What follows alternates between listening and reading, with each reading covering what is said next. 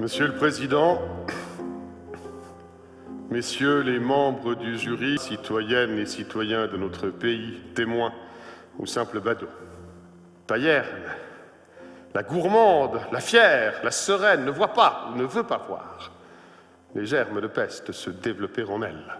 Le réflexe de toute personne en pareille occasion est de chercher le ou les coupables d'une telle situation.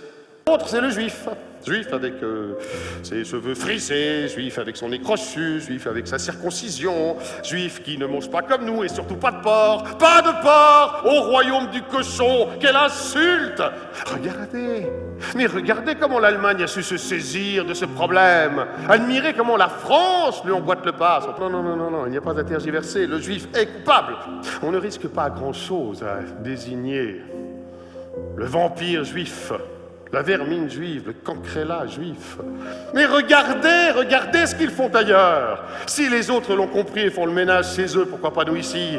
Sommes-nous plus bêtes que les autres? Sommes-nous plus timorés?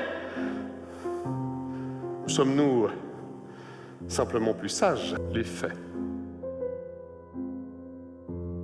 Cette date n'a pas été choisie au hasard. D'abord, c'est le jour de la foire aux bestiaux à Payerne. Et puis le 20 avril, c'est la date anniversaire de M. Hitler. Arthur Bloch se retrouve dans l'étable pour la 3e fois. La fois de trop. Sans attendre que la négociation recommence, Vallotton envoie une bourrade à Fritz Josse qui prend alors une lourde barre de fer.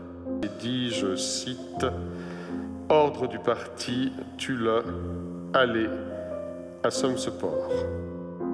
Josse alors abat de toute sa force la lourde barre de fer sur la tête d'Arthur Bloch qui s'écroule. Le corps d'Arthur Bloch est découpé en morceaux. Mais il ne reste que le tronc qui résiste. On l'attaque à la hache et c'est terminé. On vous avait assuré que de semblables actes allaient être commis partout en Suisse. On vous a menti, monsieur. On vous a tous menti. Vous vous êtes laissé berner, laissé remplir l'esprit par les beaux discours de la propagande. Notre idéal national est celui de la liberté, du respect, de la dignité des personnes, quelle que soit leur confession. Cet idéal a été violé. Notre code pénal ne connaît comme peine maximale, Dieu merci, que la réclusion à perpétuité. Nous devons la prononcer.